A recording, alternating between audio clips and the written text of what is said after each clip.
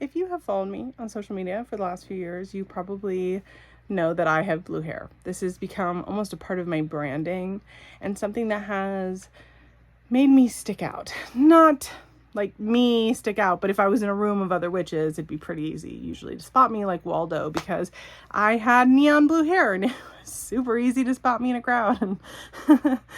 And for a lot of witches, our hair is symbolic. It is something that holds power. You know, some witches grow their hair out super long because growing your hair out super long is a dedication. For others, just kind of trying to keep it as pure and natural as possible is a way for them to really hold true to themselves and use it in spell work. Other witches cut their hair off as a sign of like death and rebirth and release. And for me, I have always used color as a form of self-expression for my own kind of cycle of transformation and release. We talk about this a lot in general. Like we talk about it in my podcast a lot, and how being somebody who practices what I describe as death magic transformation, like we see in the death card, is something that I adhere to often in my life. And this was one way for me to always do it.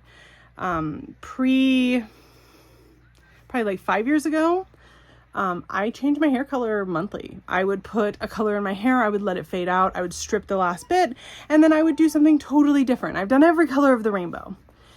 And what you don't know, and maybe you know a little bit of, because I recently talked about it on the podcast, is that I have been dealing with a family member, my grandfather. Dealing with is the wrong way to say that. That sounds like it's been a burden to me, and that is not the case.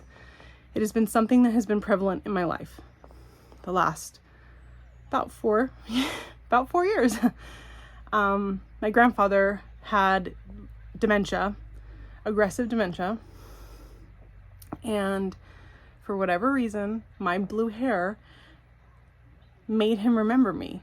He didn't know my name towards the end, but he always knew who I was, in the fact that I was someone safe to him, that I was important, and he always remembered that I had a baby.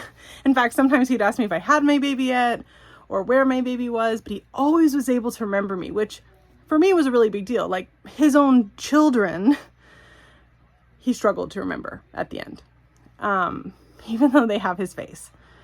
So for me, holding on to anything that kind of kept me recognizable to him was really important to me. And so I maintained my blue hair.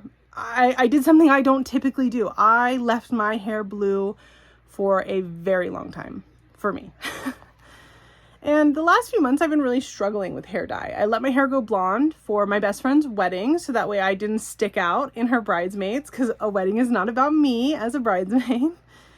And then in the time that I went blonde and was transitioning, my hair color got discontinued, which is fine. Like that happens. It's not a big deal.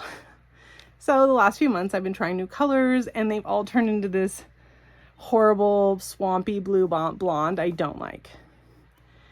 And unfortunately, last week we lost my grandfather.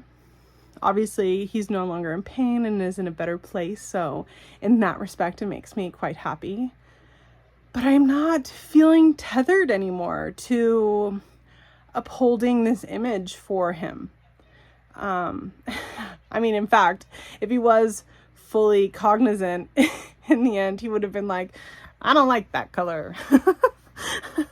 You look like one of them liberals from San Francisco, which not even gonna unpack how accurate that is. But regardless, I don't feel so tethered to it. And so I'm going to do something totally different.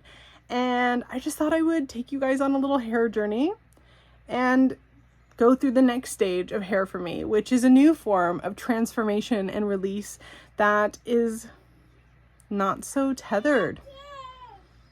My child is saying hello. But it's not so tethered, and it makes me feel like I am able to try something new that I haven't done in a long time. So let's see how this turns out.